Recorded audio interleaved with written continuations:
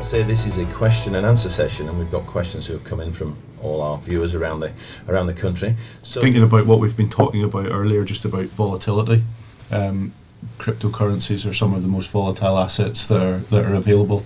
Is it worth taking my 25% tax-free cash sum out of my pension pot and investing it into stocks and shares ISA? It says, how do different asset classes perform in periods of high inflation, and what does this mean? Two people ask this: can I withdraw money from my pension before the age of 55? I think the main point to take away from that question is, if Jeremy is going to keep it under his bed, it's not going to grow. So it's the education and almost people reaching out for that advice and that information to say, well, what should I be doing? So great questions to be sending in for us to answer.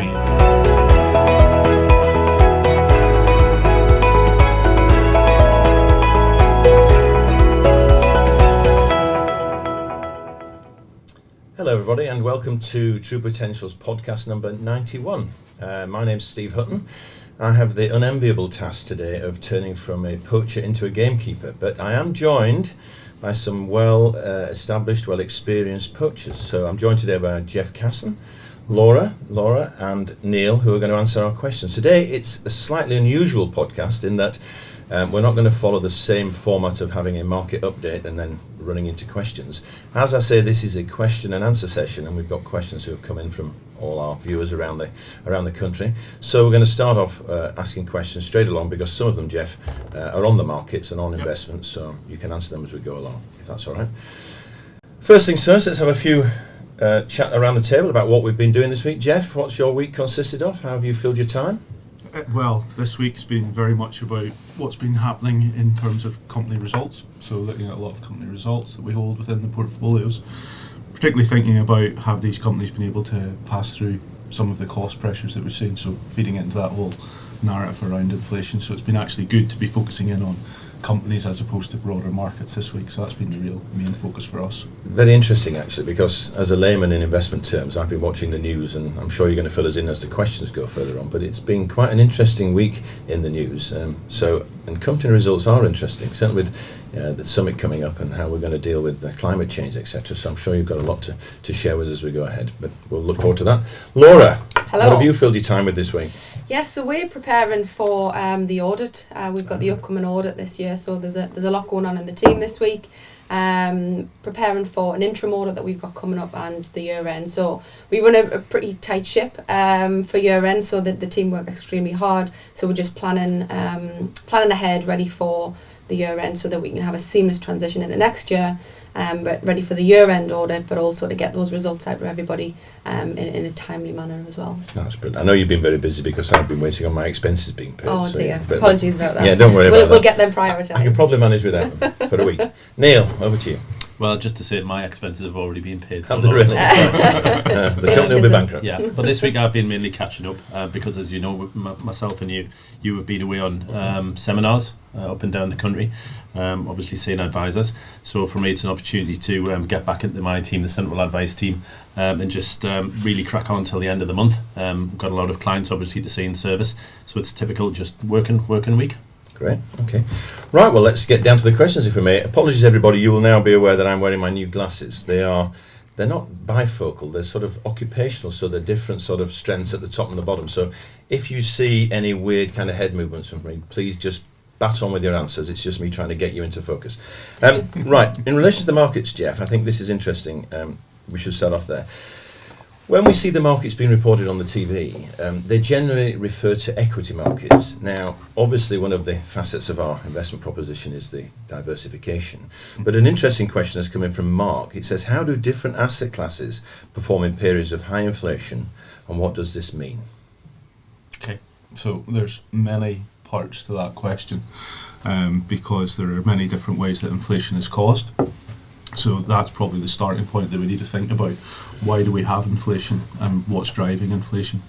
So inflation at this point in time is coming from the fact that we had a lockdown last year, economies have reopened, supply chains are disrupted, demand is actually really, really strong, and I think that's the other point that tends to be forgotten a little bit at the moment, that demand is now back above pre-COVID levels. So we've recovered very, very quickly. At the same time, we've supply chain bottlenecks as a result. and that's feeding in. So it's really driven by demand is driving the inflation with the lack of supply at this point in time. So we've got rising inflation, but we've also got strong growth, which is a real positive.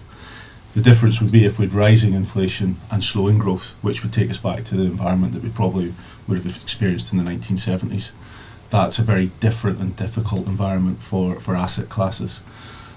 Relatively benign, slightly rising inflation, typically positive for most asset classes. Where we think about where there are challenges is around sovereign bonds, primarily investment grade credit. Typically don't like a rising inflation environment, primarily because it means interest rates are going up, and that'll feed into a negative impact on their return. Other asset classes are much more positively correlated with rising inflation along with rising growth. So equities, real assets, higher yielding bonds, all areas of the market that offer opportunity. Equities as well. We've seen a lot of our managers think about higher quality equities. Why is that? They can pass through price increases and protects their margin as well. So various different ways to position portfolios to navigate their ways through, both using traditional assets but also thinking about other ways, using currencies, interest rate differentials between different markets feed into how you can think about currencies' relative attractiveness, and we see a number of our managers looking there as well. So it creates opportunity, it creates challenge, but it's a way to navigate it is using multi-asset portfolios. Okay, that's excellent. I'll come back to you in a second, Neil, because I want to ask about how that sort of plays through into the advice world and what sort of questions you're getting from the clients. But as inflation is a sort of yearly measure, are you suggesting then that because last year we were in lockdown and sort of everything felt moribund, because of the differential, because the economy has come back to life, we're seeing an increased inflation amount just because of that numeric fact, if you like? Partly. Right. I think it'd be a bit disingenuous to say that's the only cause. But if you take the UK for example, we think about UK retail sales yesterday is a really good example of how that impacts. Last August we had the Eat Out to Help Out scheme, pushed up prices. Then you fast forward 12 months, prices have actually come down as a result of that. So actually retail sales in the UK came down as a result of that base effect. It's a really nerdy economic term, but the base effect does have big implications. Go back to the middle of last year with negative oil prices, with very high oil prices today. So the differential between the two is what drives that base effect and the rate.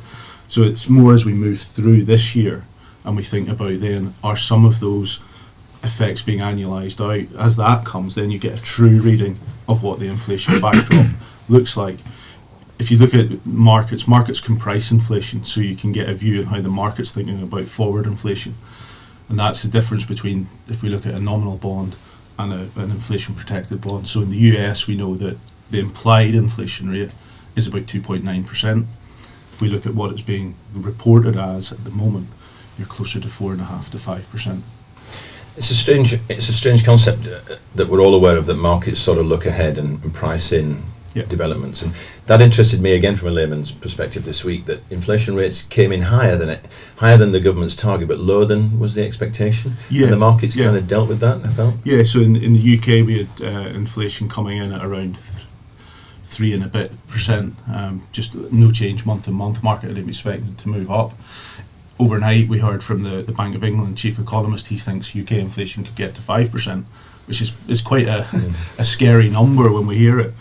He'd said 4% only a couple of weeks ago, so I'm not sure he actually knows what he's maybe looking at there. But anyway, inflation is moving up. The Bank of England's target's 2% plus or minus 1, goes above the 3%. They need to write a letter to the Chancellor to explain why inflation is there. They'll certainly be writing a couple of letters over the coming months to explain it. I wonder if he has to put a stamp on them. It's interesting, isn't it? The funny thing you say about living through the 70s, I think, if you were a fashionista, you say if you lived through the 60s, if you can remember them, you didn't live through them. I suppose as an economic nerd, if you lived through the 70s, you probably can't remember them, but no, I'm not an economic nerd, and I lived through the 70s, so I can probably remember them. Neil, how are clients dealing with sort of the volatility in the markets, and when they're talking to you about advice and investments, what sort of messages are they passing on to you? Yeah, I mean, we have clients who've got concerns over, slight changes in their portfolio. We typically take those sort of calls every week, really, when the markets are down. I will say not as much as March 20.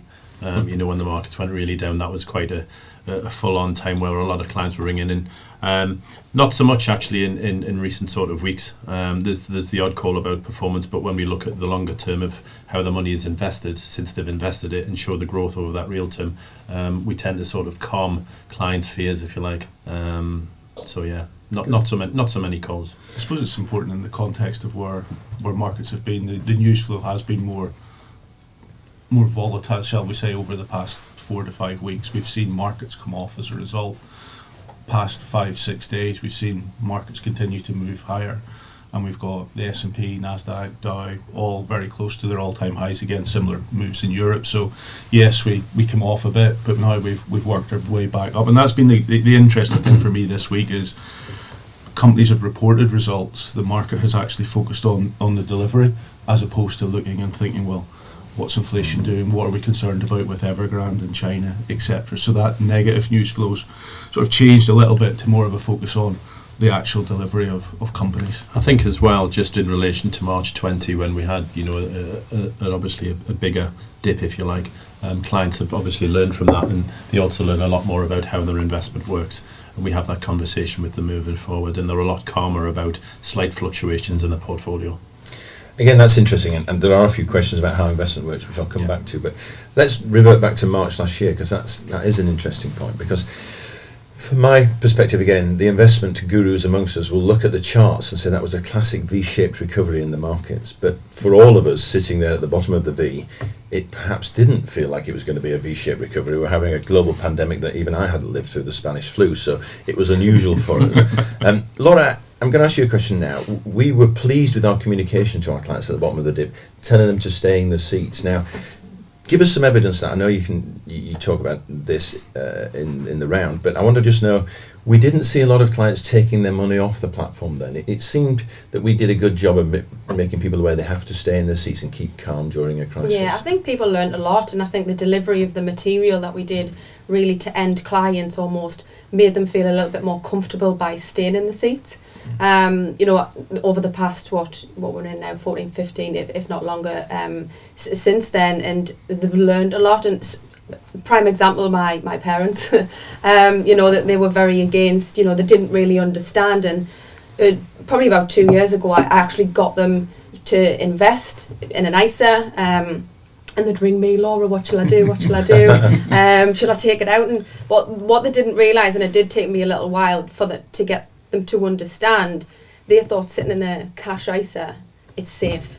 I know that when I go to get it, it's going to be there but what they didn't get was that actually they were losing money year on year. So when they eventually got in and March happened, it was like, should I take the money out, should I not? And and all the materials, the videos, the money market videos and things like that, I think clients and investors learnt a lot and almost we didn't experience that but heightened withdrawals. I think a lot of people did stay in the seats, and they've benefited in the long run for that. Great. I mean, we were really pleased with the beauty and the speed with which we got our message out. I think it was clear, it was concise, it was telling people to stay in their seats and not panic. And that would be a watchword, everybody, if we see further sort of events like that in the market, is to keep your nerve. You've set your risk goal.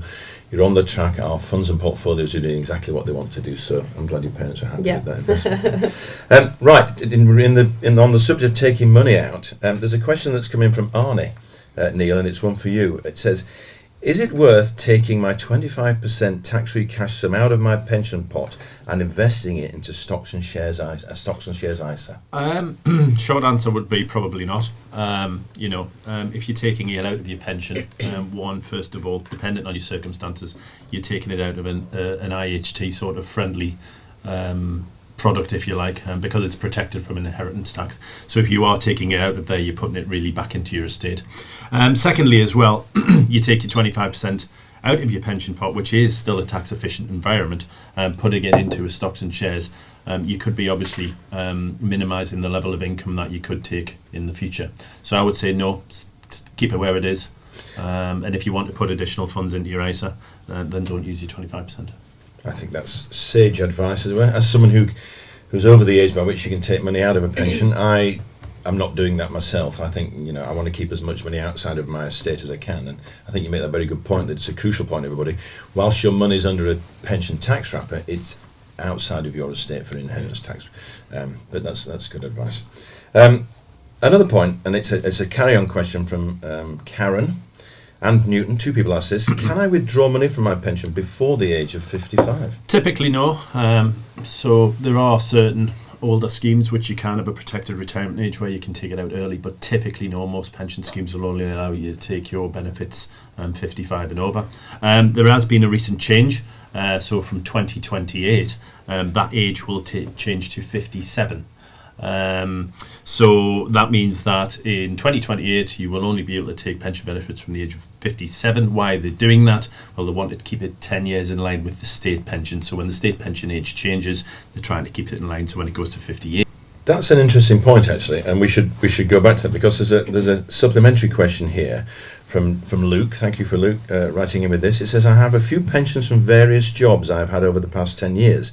Is there one place I can go that shows me where all my pensions are and I can get the paperwork and consolidate my pensions? What I would say on that, Luke, is it seems the time now to really consult a financial advisor about that, about consolidating your pensions. Because as Neil has just said, looking at protecting your retirement age, if you were, correct me if I'm wrong, Neil, because I often am, I don't admit that I'm wrong because I'm from Bradford, but I'm often wrong. If someone were to consolidate their pensions after 2 years' time from now, when they can no longer protect their retirement age, they would be consolidating their pensions into a later retirement age? Correct, yeah. It's going to be very difficult for pension schemes who've got different retirement ages of, say, 55 and 57 to have one amalgamated date. So I think probably past 2023, when the deadline is, you'll have a protected retirement age of 57, which may not suit your circumstances. So the message is, have a look now. Okay, so in the answer to Luke, yes, there is. Luke, there are various places you can go to see what your consolidated pensions are, but I would suggest at this pace it's not just enough to know about them. You need to consult an advisor, because you probably should be taking positive action. The younger people amongst us with pension pots, Jeff, Laura, Neil, the younger people amongst us is not me. It's probably a good time to be consulting your financial advisor and looking at it. An interesting one here from Delia. It's asking, I want to open a savings account for my granddaughter. Which is the best account to open for her? Now, I don't want to ask which is the best account, because that may be giving financial advice, but relating back to your parents, Laura, how can someone go about? We obviously know they can go through an advisor if they need to open an account, but what other ways are available for them to open accounts? Yeah, I mean, we've got our True Potential Investor site, so people can go on there and self-invest. It's very, informative. It takes you through a series of steps, almost asking questions and analysing your circumstances and kind of what your risk profile would be, and what product's best, what risk profile based on the answers to the questions. So again, we've got, for example, in this particular question here, about investing for a grandchild, we have a junior ISA, for example. So a junior ISA there, you can, parents, grandparents can invest for their children up to a value of $9,000 per year. Again, tax-free savings for that individual. And then I believe that when they get to the age of 18, so that money becomes the child or the grandchild, and becomes a standard ISA. And that individual then takes over that ISA from there. So yeah, there's multiple products available, but yeah, the True Potential Investment site, which links to another question that we had, it's very, very informative, takes you through all the steps, so you don't necessarily have to go to an advisor or a broker for whatever your needs are. That there is all of the information available on there as well. Plus a lot of informative videos, podcasts, things like that to get background information as well. Brilliant. And I think another point to make there is that when you're investing in a junior ISA, an ISA, a pension, you're still benefiting from investing in our portfolios, which are advanced diversification and all the good, it's the same underlying investment proposition that you're going into. So you don't have to just be in a pension to benefit from investing in our portfolios.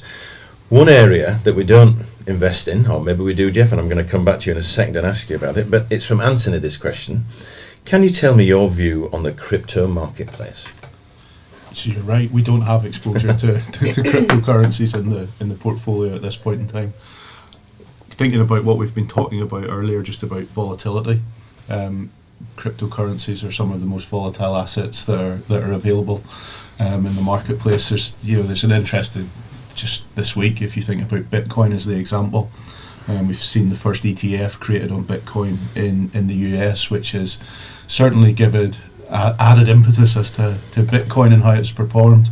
So if we go back to the middle of July this year, Bitcoin was around 30,000 or there to the dollar. It's now up around 66,000, so 120% return in 3 or 4 months. So it's exceptionally volatile. If you think of the most volatile asset that there is, that in a mainstream asset sense, equities, gold probably have the highest volatility or the standard deviation of their price move, mid sort of 18 to 24%. If you look at global equities, you look at gold. You think about Bitcoin, it's probably closer to 80% vol. So not one of those assets that we have got exposure to at this point in time, but certainly it's garnered a lot of interest. There's obviously the first ETF created, it's bringing it slightly more mainstream.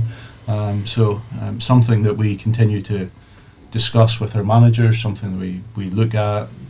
Would be remiss not to consider it, given that it could have diversifying characteristics. Some people think about it, is it an alternative to gold? You look at the past recent months' performance, gold hasn't really done anything. Bitcoin has done something. Inflation backdrop, normally you'd have expected gold to perform slightly better. So some of the correlations that we're used to working in markets are not working in the way that they have in the past. Crypto might be one way to think about that.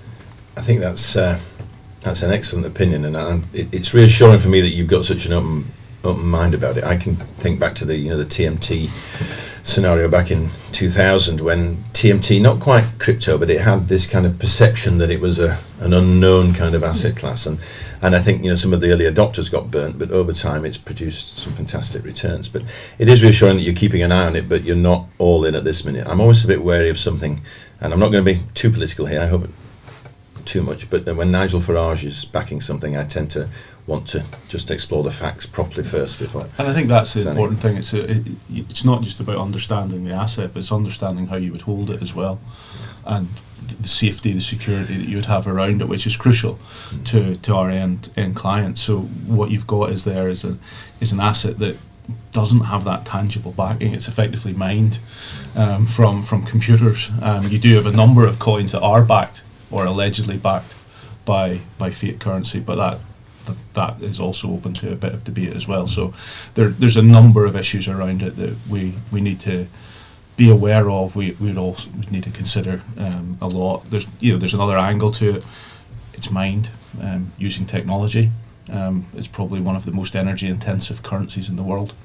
So if you think about where we are from a green, a sustainability perspective, it certainly doesn't fit into that because it's so energy intensive. Interesting. Now, we could probably talk for hours about crypto. I mean, the whole concept of currencies and cash investing is something we should probably mention, and there are a few questions on that. The interesting one that is coming from Jeremy, Neil, and it starts with you, but I think it's probably in the round as well. I have a private pension which I pay into monthly, and I'm self-employed. I have money in different bank accounts. Am I better off keeping it in bank accounts or putting more into my pension, or keep it in lots of cash hidden? I don't know where the hidden bit came from, Jeremy. Under the bed? Well, possibly, yeah. We have a cleaner and it would stay hidden under our bed forever, because I'm a bit dubious about whether she cleans under the bed, but we don't want to go there, do we? I don't want my money having to be taken away on death duty when I go, as I want to leave it to my daughter. What is the best solution? So it's a many-faceted question. Yeah. I'll deal with the death duty bit at the end, but let's talk about the fact that Jeremy, like many people out there, thinks of cash as a safe haven, probably thinks of it as an investment, and probably thinks that that's the place that when markets are volatile they should be keeping their cash. Yeah, I mean, I think the main point to take away from that question is if Jeremy is going to keep it under his bed, it's not going to grow. So we've just talked about how the portfolios grow that money and how they're managed. I think if you invest that money, that's the best option for you. In one of the portfolios would be a great example. Keeping it in bank accounts, as we know, has got typically low rates. Even instant saver accounts, it's not going to get any growth under the bed. So I would say invest it. It all depends on, when we have these conversations with clients, attitude to risk, how much risk you wish to take, and that's an important question that we do go through with clients. But yeah, get it invested. That's the most important thing. We want to see that money grow, and I'm sure Jeremy wants to see that money grow as well. Well, that's an interesting point you make there again. I'm sorry if I repeat myself saying these are interesting points, but they are. Looking at money growing, but looking at taking risk. Obviously, when you're going into an active investment, you assess your risk and then you make appropriate action. But I think, and this is probably one for you, Jeff, and you can probably give some anecdotal evidence, cash is not a risk-free asset when we've got inflation maybe spiking at 5%. I think that's an important thing. So, keep it under the bed and it stays there. But actually, in real terms, what you can buy with it is being eroded. So if we think about, even if inflation's 2-3%, and you're getting 0-1% in the bank, you're still getting a negative return on that asset, and that's really important because you don't see other prices coming down, so you're eroding your purchasing power with that capital. So it's very important to keep that in mind, that where inflation is, that's the real cost of living, if you will, and if you're not seeing your savings growing with that or ahead of that, you're eroding your own wealth as a result. So it's important to take on board, as you say, Steve, the risk profile that you want to be invested in, but really think about how you would earn a real return on that asset over time. And very, very briefly, because this is another subject I could get you talking about for hours, we'll talk about how because your parents are classic sort of cash investors in that manner. Absolutely. That have gone from cash to an investment. Mm-hmm. And do they still ask you questions now about, should I be back in cash? And no, I think they've converted finally. I think they understand, but I do think it's almost it's a safety, that putting the money under the mattress. They know when they go back, it's going to be there. And I think it's an education gap, really, in terms of the safety element that people generally don't understand, that actually that's worth now less than what it was.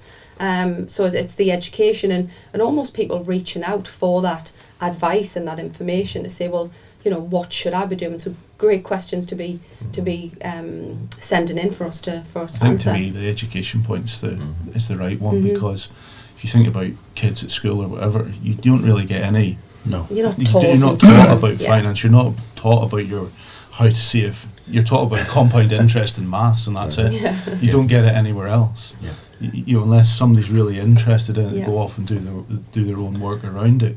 You don't get that. So I think the education point is crucial. I think again, the way we teach in schools is interesting, because when the way we teach maths now is different than I learned maths.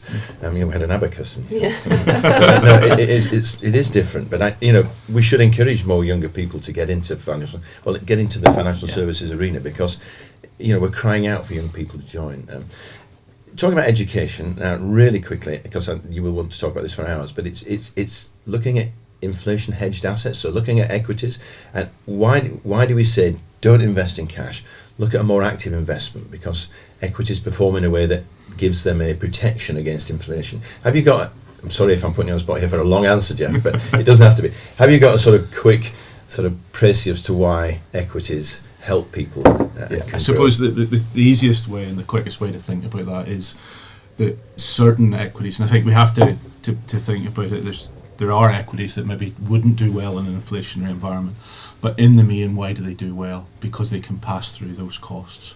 So if you've got a business that's able to pass through the inflationary cost, that drops its way through to that business and continues to allow it to deliver earnings growth. So there's a positive impact from that pass-through. In equities, is a very simple way to think about it, but there's many other ways to explore it. Exactly, there are many other ways, But no, that's. And if anyone wants any further information, that you can contact us, and we'll talk about how they hedge against it. An interesting point coming in, and it's a more sort of operational point, Laura. It's coming from Keith. He's asking, can I take a monthly withdrawal from my pension? Yeah, absolutely is the answer. So we run a payroll, obviously being a pension provider ourselves. So a lot of people choose to say take their monthly income. Again, it's totally up to the individual. You can take that quarterly, annually, whatever it may be. And again, it's having it's being technology backed. So when people certainly our clients, it's quite a seamless process. So you go onto your client side, you can request the a lump sum drawdown. Maybe you've got some circumstances that you need a lump sum, but also requesting a drawdown and an income, changing the amount. Yeah, I think there's a lot more flexibility nowadays, certainly since the flexible rules have come in. Clients might want to change the amount of income that they have. Maybe it's not on a month-by-month basis, but maybe it's on a year-by-year basis. Maybe it's their state pension is kicking in, so the wish to take less from their pension. And Laura's quite right, with the technology, you're available to see it real time. You can request different levels of income via your client site, which goes straight to the provider, which is TPI or True Potential Investments. But the flexibility allows people to take lump sums, maybe if there's a change, they want a new car, or maybe if they want more income for that year. There's a lot more freedom out there with regards to how you take your income. It's a lot quicker as well, I would say, these days. I mean, yes, definitely. Maybe kind of back in the day when you used to have to fill forms in and you used to have to do all that manual work just to get any money out of your pension. People may take over what they need, more than what they need, because they think, I can't be bothered to go through that process every time. And we found that to be more beneficial, certainly under lockdown, when people were living, at home, working from home, and really the way of communication was technology. Yeah. We found that actually during lockdown. We were a digitalised business anyway, but we have refined that and become even more digitalised during lockdown. I think it's a really good thing. People, you should engage with your technology on your handheld.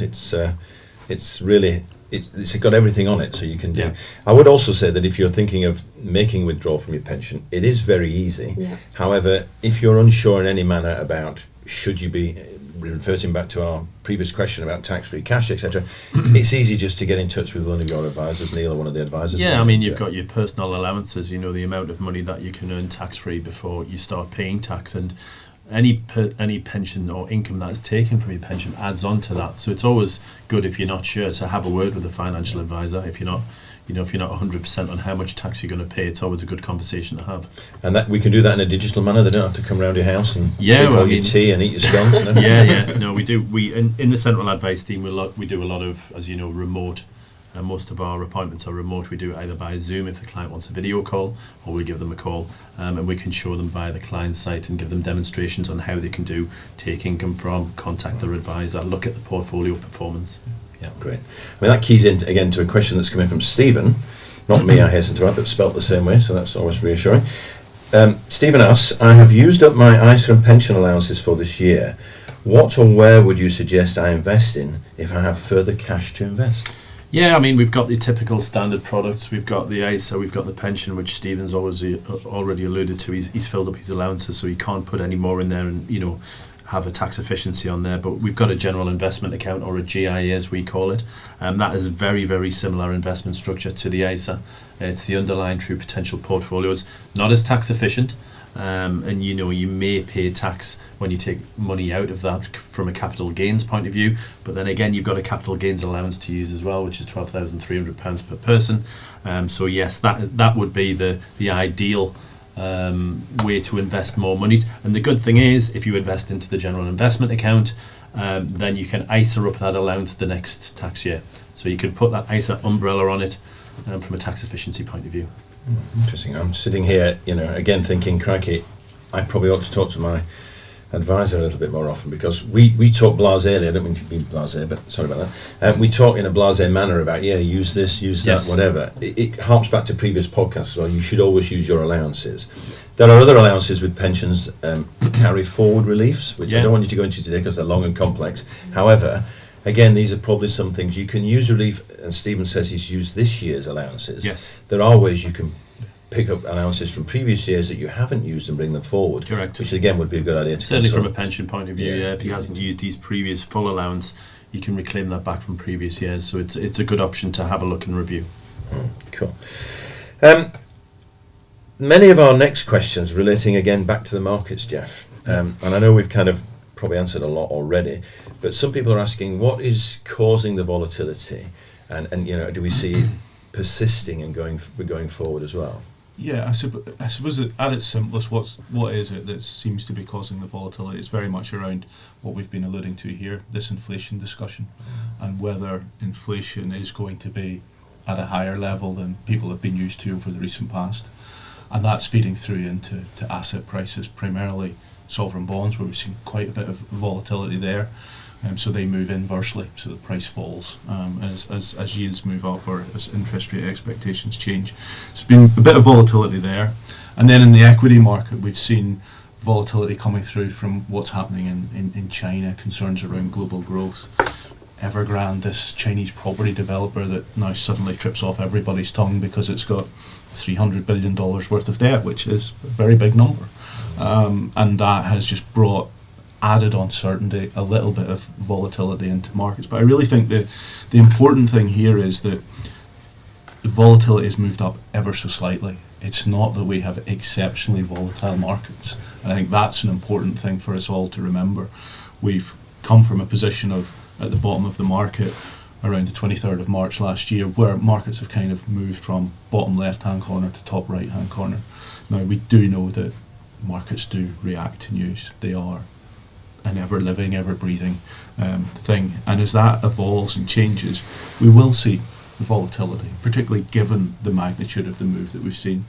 Put on top of that where valuations are for a number of asset classes, there's just a little bit of a pause for where are we travelling to next. And really, that to my mind is what's been happening in markets, and we're just transitioning into a slightly different environment. The key questions that market sort of participants are challenging themselves with is inflation. Are we going to sit and see inflation sitting at a higher level for a longer period of time? Going back to one of the questions, what does that mean for asset classes? And as that plays through, it's influencing how people want to allocate capital and the type of investments that they're willing to make. And that is what's causing the disruption, if you want to think about it that. But volatility, if we think about a volatility measure, we think about the VIX or we think about the MOVE index. If we look at equities, we look at bonds, they're at very, very low levels relative to their own history. So it's not surprising that volatility moves up a little bit, and it should move up from here.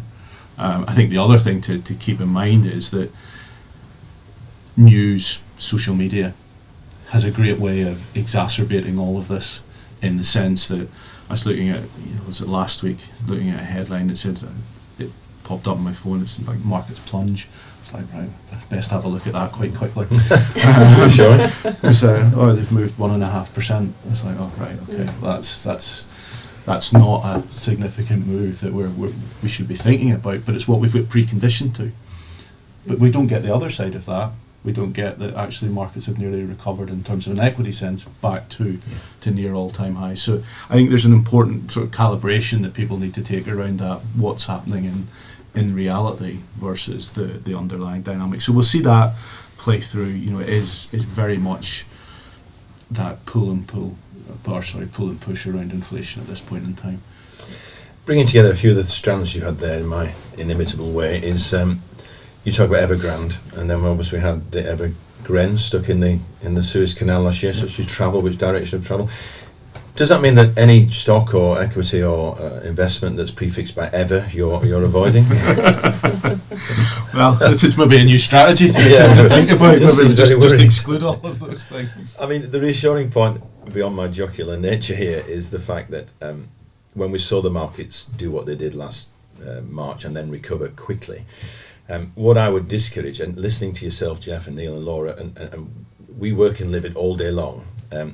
If you're insecure or uncertain in any manner, then you should be defaulting to a professional, an advisor, an investment manager. This is really crucial when we look back at last March. Not a lot, thankfully we stopped it, but people were tempted to make an investment decision at the bottom of the dip. I'm not an investment manager. It wasn't nervous times, but if you make that investment decision, and what do I mean by that? You go into cash. You actually change your asset class mix. It's the wrong thing to do. So hopefully when we hear Jeff and Neil and Laura talk, you can hear that we're reassuring, we're on top of what's happening in the market. And I think the thing to that is that nobody has got a perfect way to predict what's going to happen in the future. And I think once you accept that, to make a point decision at a point in time, whether it's at the bottom of the market or you're trying to call the top of the market. Yeah. Remember, the top of the market, if you called it, great. Yeah. But actually the markets continue to move higher. So if you look at academic studies, you do it yourself, exclude the top and the bottom, it's quite difficult to make a return. So you want to stay invested, because to that very point, it's exceptionally difficult to time. I think a good point as well is the diversification Yep. element of the portfolios and spreading out, your money over that amount of portfolios and assets. So it's, and that, I think it's crucial. We're not thinking about you're only invested in equity or you're only invested in US equity. Think about the exposure that's across the portfolios. Yeah, very good points there. The overarching is that, and it's similar to your parents' perspective, when you discuss with clients their needs and requirements and their goals, you're then talking about, well, we need to talk about your attitude to risk. And we have portfolios defensive and cautious, which satisfy a lot of people's attitude to risk, but they're not full equity, they're not all in the market. So when News at 10 says, we still have News at 10, I think we do. When News at 10 says, the markets have plummeted 1.5%, and they don't mention the day after they're up 1.5%, don't worry, your risk is being taken account of. We're managing our portfolios in line with the risk you have mandated us to take, and I think that's really sage advice. That's most of the questions. We've covered a lot there. We now get on to the fun bit. Not that hasn't been fun, and we need to ask people what it's a Friday if you listen to it. Well, you can't listen to it live, but if you listen to it, it's a Friday, but you might listen to it over the weekend. What are we doing this weekend? Let's start with Laura. What am I doing this weekend? I'm actually going out with the girls this weekend. It's dear. been a little Inflation. while. It's a couple of big birthdays that we've got in the group, and we've organised, dare I say, bowling and karaoke. At the same time? Or? No, Yeah, one after the other. Which the karaoke's last, which it probably needs to be, because most people are not really that confident to be getting up if they're sober. So I should probably ask you to go last with that. You've got the best one. What constitutes a big birthday to you? Well, the big 4-0. 4? Yeah, Oh, that is yeah. a big birthday. Yeah, let me tell you. Couple of girls in the group, so yeah, we're all going out together. So Oh, that sounds like fun. into Newcastle. I haven't actually been out in Newcastle for, well, probably since COVID actually. So It's because now there's been a big Saudi investment. Everybody wants to go out in Newcastle, isn't it? that's exactly why I'm going. Avoid Newcastle. Everybody this weekend, I'd say. Jeff, what have you got planned? I'm going to go and play some Laser Quest. What, in Newcastle with the girls? No, in Edinburgh. It's my son's birthday, so taking 12 boys off to play Laser Quest. So I'll see if I survive. Are you that on joining Monday. in, or? I'm going to join in. Very good. Yeah, exactly. You've got to join in. Oh, well, it's a similar kind of weekend, isn't it? Marvellous. I wouldn't mind doing either of them. I prefer Jeff's. Neil, Laser Quest, karaoke with the girls. What are you doing? Nothing exciting. Action-packed though. I've not seen the Bond film yet, Oh, so right. I believe it stops showing on the 28th. So I think I'm going to go and watch the Bond film. Stop showing. Very Is it gonna? It's going to stop at the cinemas at 28th. Oh, right, and I then think, go on the you've TV. got- yeah, only got that time, so I'm going to go and see the Bond Get film. to it. It's good. It's very good. Now that you're all dying to know what I'm doing, aren't you? Well, I have a pretty mundane weekend coming up. We're going for dinner with my wife, which will be lovely. Thankfully, I got that in quickly. But I'm waiting. It's like waiting for Christmas. I'm waiting for the first frost. Yeah, why is that? Why's Because that? I've got a lot of dahlias. We challenged ourselves to grow dahlias this year, and they came in abundance. We've got some big, horrible ones. They're lovely, but they're huge, like a child's head. But the first frost will kill them all back, and then you chop them and lift your tubers. So I'm waiting for the first frost. So if the first frost doesn't... Wake up, everybody. If the first frost doesn't come... You should have went first. Steve. I should have been on... Listen to this just before bedtime, everyone. This story will help you get to sleep. I'm waiting for the first frost. Bradford City are away at Swindon, so I shall get angry listening to that and I'll probably get beat. And then we'll go for dinner and then rinse and repeat, and it'll be Monday, won't it, before we get going again. But, well, thank you, poachers, and from an Thank you. experienced gamekeeper now. I think it's my third time hosting it, whatever. Might be back as a poacher one day. It's been great. Thank you for your answers. Thank you everybody for writing in with your answers. Please feel free to continue doing this. We're always happy to receive your questions. But to sort of sum up, I would say, please look at TP Investor if you want to self-serve, and there's lots you can do on that. But if you're insecure or you want advice in any manner, we have Neil and his advice team. Make contact very easy through our website, but rest assured that Jeff and the team are looking after your money through these historically not so volatile times, but because of the the speed of media and everything else, they appear to be a bit more volatile than they are. Lovely to talk to you all. Thank you for listening, and we'll see you again soon. Subscribing to the True Potential YouTube channel is quick and easy. Simply go to the channel on your desktop or through the YouTube app on your phone and click the subscribe button. You can then press the notification bell symbol if you wish to be notified as and when new videos are released. Doing this is a great way to keep yourself updated with market developments and personal finance insights. Thank you to everyone who has subscribed, and we look forward to continuing to help you do more with your money.